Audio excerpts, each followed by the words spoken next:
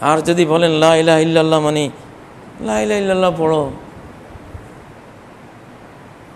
আবার যেখানে যা পাও পূজা করো,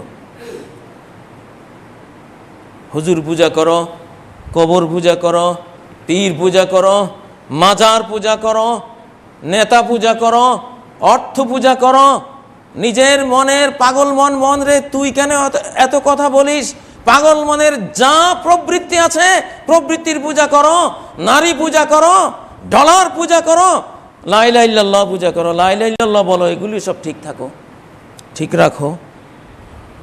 মসজিদে নামাজও পড়ো, সালাতও পড়ো, হোটেলে গিয়ে মদও পান করো, আল্লাহ রাজি থাকুক, শয়তানও নারাজ না হোক। এইভাবে ব্যাখ্যা দিলে সবাই খুশি। খুব সুন্দর ইসলাম, মডারেট মুসলমান, এই ধরনের ইসলাম নিয়ে তো কোনো সমস্যা নেই। কিন্তু বিপদ হয়ে যাবে যদি বলি লা ইলাহা ইল্লাল্লাহ। এই কালেমা পড়ার পরে এই কালেমাওয়ালা মানুষটি কিয়ামতের ময়দানে শুধু একটি জিনিসের জন্য দুঃখ করবে, আর কোনো দুঃখ করবে না, কোনো জিনিসের জন্য আফসোস করবে না। একটা জিনিসের জন্য আফসোস করতে হবে। সেই জিনিসটি কি? সহিহ হাদিসে রাসূলুল্লাহ সাল্লাল্লাহু আলাইহি সাল্লাম বলেছেন, ওই মুহূর্ত যে লা ইলাহা ইল্লাল্লাহ বলার পরে সে যদি একটা সেকেন্ড, একটা মুহূর্ত কাল আল্লাহকে ভুলে গিয়ে পৃথিবীতে কাটিয়ে থাকে, ওই মুহূর্তটির জন্য কিয়ামতের ময়দানে বহু দুঃখ, বহু আফসোস প্রত্যেক মুমিনকে, প্রত্যেক লা ইলাহা ইল্লাল্লাহ ওয়ালাকে করতে হবে, আফসোস করবে। এই কেমন লা ইলাহা ইল্লাল্লাহ যে একটা সেকেন্ড যদি এই আল্লাহকে ভুলে যান তাহলে বিরাট দুঃখের কারণ হয়ে যাবে। এটা কেমন লা ইলাহা ইল্লাল্লাহ ইবনে আদম ইজা মা যাকারতানি শাকারতানি, আদমের ছেলে মেয়ে আমাকে যতক্ষণ মনে রাখবা ততক্ষণ আমার শুকরিয়া, আমার আনুগত্য ইবাদতে তুমি লিপ্ত থাকবা। ওয়াইজা মা নাসিতানি কাফারতানি, যেই মুহূর্তে ভুলে গেলা সেই মুহূর্তে তুমি কুফরি করে ফেললা। ফল বিক্রয়ের সময়, কাঁঠাল বিক্রয়ের সময় কাঁঠালের পচা দিকটা নিচে, ভালো দিকটা উপরে দিয়ে বসে আছে। আবার আরেকজন তার কাঁঠালের পচা দিকটা উপরে দিয়ে, ভালো দিকটা নিচে দিয়ে বসে আছে। কিরে বাবা তোমারটা এমন কেন? আরে এটা উল্টিয়ে দেখা গেল যে নিচে পচা। কি বেশ কম দুজনের কাঁঠালের মধ্যে, তুমি এমন করছো কেন? ভাই পচাটা যদি না দেখাই, ক্রেতাকে যদি ধোকা দেই, কিয়ামতের ময়দানে আল্লাহর কাছে কি জবাব দেব? সেদিন তো সে আমার কবুল হওয়া নেক আমলগুলি নিয়ে টান দেবে।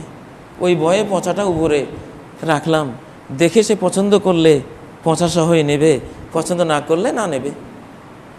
নবী সাল্লাল্লাহু আলাইহি ওয়াসাল্লাম মদিনার গমের মার্কেটে ঢুকলেন। গমের বিশাল স্তূপ দেখে মনে হলো দেখি জাহের বাতেন, ভেতর বাহির এক সমান আছে কিনা। উপরে তো গমগুলো খুব শুকনো ভালো দেখাচ্ছে, ভিতরে হাত দিয়ে বের করে আনলেন ভিজা। তোমার উপরে শুকনো ভিতরে ভিজা কেন? তার মানে এই লোক আল্লাহকে ভয় পায়নি। লা ইলাহা ইল্লাল্লাহ বলার পরে গম বিক্রির মুহূর্তে এসে কালেমাকে বলেছে।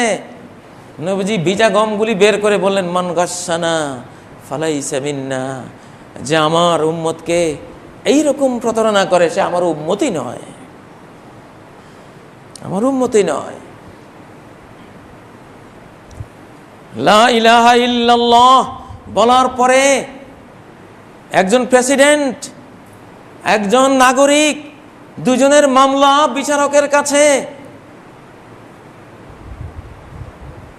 মামলাটি হলো প্রেসিডেন্ট সাহেবের বর্ম, নাগরিক খ্রিস্টান নাগরিক, তার হাতে। নাগরিক বলছে এই বর্ম আমার। প্রেসিডেন্ট বলছেন, প্রেসিডেন্ট আলী, খলিফা আলী কাররামাল্লাহু ওয়াজহু বলছেন এই বর্ম আমার, রাস্তায় পড়ে গিয়েছিল।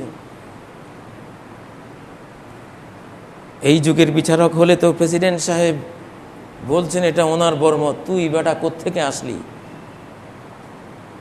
ও তো হয়তো দুনিয়া থেকেই চিরতরে হারিয়ে যেত। কিন্তু না, যারা আল্লাহকে ভয় পায় তাদের ওখানে এটা সম্ভব নয়, মোটেও সম্ভব নয়। ওই বিচারকও আল্লাহর সামনে দাঁড়াবার ভয়ে ভীত, ওই যিনি প্রেসিডেন্ট তিনিও আল্লাহর সামনে দাঁড়িয়ে ফয়সালার ভয়ে ভীত। বিচারক বললেন, প্রেসিডেন্ট সাহেব আপনার সাক্ষী দেন, এই বর্ম যে আপনার, ও তো বলছে এটা তার।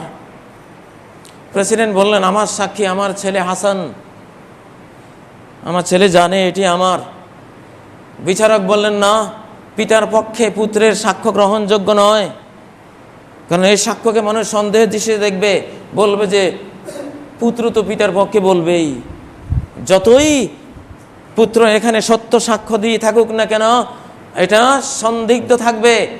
অতএব ইসলামের এটা নিয়ম নয় যে কোনো পিতার পক্ষে পুত্র সাক্ষ্য দেবে, আপনার এই সাক্ষ্য গ্রহণযোগ্য নয়, আপনার পুত্রকে সাক্ষী হিসেবে আমি নিলাম না। রায় পেয়ে গেল ওই নাগরিক যে বর্মটা তোমার। প্রেসিডেন্ট হেরে গেলেন, হেরে গিয়ে বিদায় নেবেন।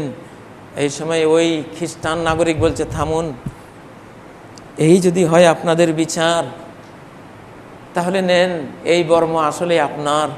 আলী, দিলাম আপনাকে বর্মটা, আর আমি আজকে মুসলমান হলাম। পৃথিবীতে কি এমন অধীনস্থ বিচারক আছে যে তার প্রেসিডেন্টের বিরুদ্ধে রায় দিতে পারে? এই পৃথিবীতে কি এমন বিচার ব্যবস্থা সম্ভব? এটা যদি সৃষ্টিকর্তার দেয়া বিচার ব্যবস্থা না হতো এটা কোনোদিন সম্ভব হতো না। আমি বুঝলাম তোমাদের এই দিনটা আল্লাহর দিন, এটি আল্লাহর দেয়া ব্যবস্থা, এজন্য সম্ভব হয়েছে। যাও আলী, বর্ম তোমার, আমি আজকে ইসলাম কবুল করলাম। আলী বললেন, এই যদি হয় তোমার অভিব্যক্তি, তো নাও, এই বর্মটা তোমাকে গিফট করলাম, নিয়ে যাও।